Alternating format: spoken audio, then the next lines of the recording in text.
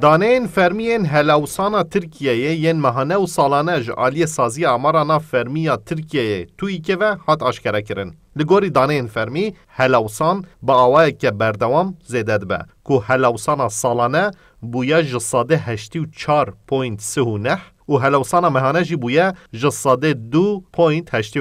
لگوری کما لیکولینه یا هلاوسان جی هلاوسانا سالانه جساده 107 و یا مهانه جی جساده 4.24. نونرین کارکران دبیجن انجام جدا دده خویا کرن کو روشا راستی تیوه شارتن و موچین کارکران جی ایدی تیرا دباروان ناکن. چما نوع غلط هر دو جنوه که هفدونه چما چنگو یا راست نوع گوتن هنگو نه گوتن تابه که وکی هفدو نو در کفه جایا راستی خپاتکارن ما درمو نباشه حتی تشت زیده بی وقتی کتی کرین زده بیا تشتن بین آواکرین زده بینا کرین مال زده بینا جبوه گله کماسی زده بینا خپاتکارن ما پیراکن وال مدگرن بجن کو میرم نف معاش دستینه آن ناستینه پرسیارا خوش مدکه ام جبوه وقت قهری نراستی جا قطن هب خواسته دستینه لواقع کتی کماسی زده مازنه روزگزی اشتلا یا توزه بکرن.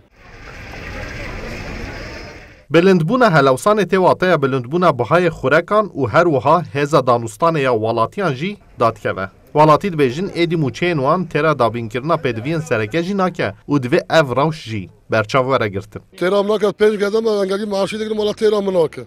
وانا کام شکر سولا کیم سولا نیگه مم زگان کام شکر سولا کیم. ما حیوان خودی ذکر که بها بو جب بها بو این بها بو که دلگ نابا زوره مفروض امنك خوديك يشتني ولا كم شربكن هر تشتبه هابي مرانك بكر لگوری دانه سازی کتکاران لترکیه سینور برچیبونه یه دهاتا مالباتک کوج 4 کسان پکته 7786 لیره کو کمترین موچه 5500 لیره و ته پیشبینی کرن کو کمترین موچه با سالا نو وره زیده کرن لیره جا زیده کرن و هین جیته نقاش کرن و ندیاره. ماهی روکسل کردستان 24 دیاربکر.